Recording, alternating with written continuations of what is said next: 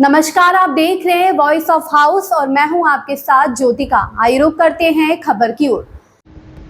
दिल्ली में केंद्रीय गृह मंत्री अमित शाह ने कहा कि आजादी के करीब 77 साल बाद हमारी आपराधिक न्याय प्रणाली पूरी तरह से स्वदेशी हो रही। यह भारतीय लोकाचार पर कार्य करेगा। 75 साल बाद इन कानूनों पर विचार किया गया और आज से जब से ये कानून लागू हुए हैं तो अंग्रेज के कानून निरस्त होकर और भारतीय संसद में बने कानूनों को व्यवहार में लाया जा रहा। दंड की जगह अब न्याय होगा। देरी के बजाय स्पीडी ट्रायल और त्वरित न्याय मिलेगा। पहले केवल पुलिस के अधिकारों की रक्षा की जाती थी, लेकिन अब पीड़ितों और शिकायतकर्ताओं के अधिकारों की भी रक्षा की जाएगी। मैं विश्वास के साथ कहता हूं कि ये तीनों कानून के लागू होने के बाद सबसे आधुनिक न्याय प्रणाली का सृजन करेगी।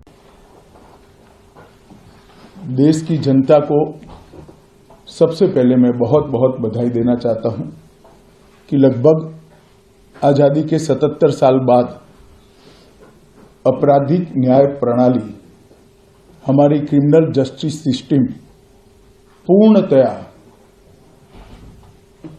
स्वदेशी हो रही है और भारतीय इथोस के आधार पर ये चलेगी। 75 साल के बाद इस कानूनों पर विचार हुआ और ये कानून जब आज से हर थाने में अपना काम करना चालू करेंगे, तब अंग्रेजों के बनाए हुए कानून निरस्त होकर भारत की संसद ने बनाए हुए कानून आएंगे। दंड की जगह न्याय लेगा, देरी की जगह स्पीडी ट्रायल और स्पीडी जस्टिस मिलेगा। और पहले सिर्फ पुलिस के अधिकारों की रक्षा की गई थी, अब पीड़ितों के अधिकारों की रक्षा और जो कंप्लेनेंट है इसके भी अधिकारों की रक्षा करने का काम होगा। तो एक नए नजरिए के साथ ये तीनों कानून आज सुबह से ही, मतलब कल मध्यरात्रि से काम करना शुरू किए हैं।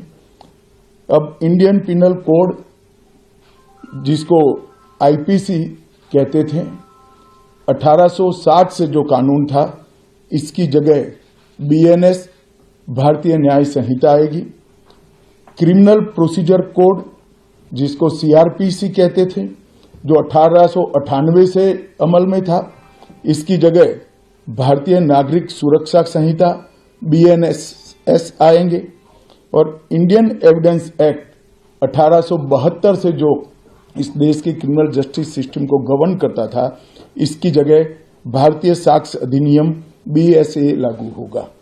तो बीएनएस, बीएनएसएस और बीएसए के लागू होने से पूरी न्याय प्रणाली का आपराधिक कानूनों की पूर्णतया इसके अंदर हम कह सकते अब भारतीय आत्मा है। इसके ढेर सारे प्रावधान ऐसे किए गए हैं जिससे कई समूहों को फायदा होगा। कई सारी दफाएं जो अंग्रेजों के समय से विवाद में रही, इसको हटाकर आज के समय के अनुकूल धाराएं जोड़ी गई है। और कई सारी ऐसी चीजें जिससे भारतीय नागरिकों को परेशानी थी, इसको हटाकर नए प्रावधान किए गए हैं।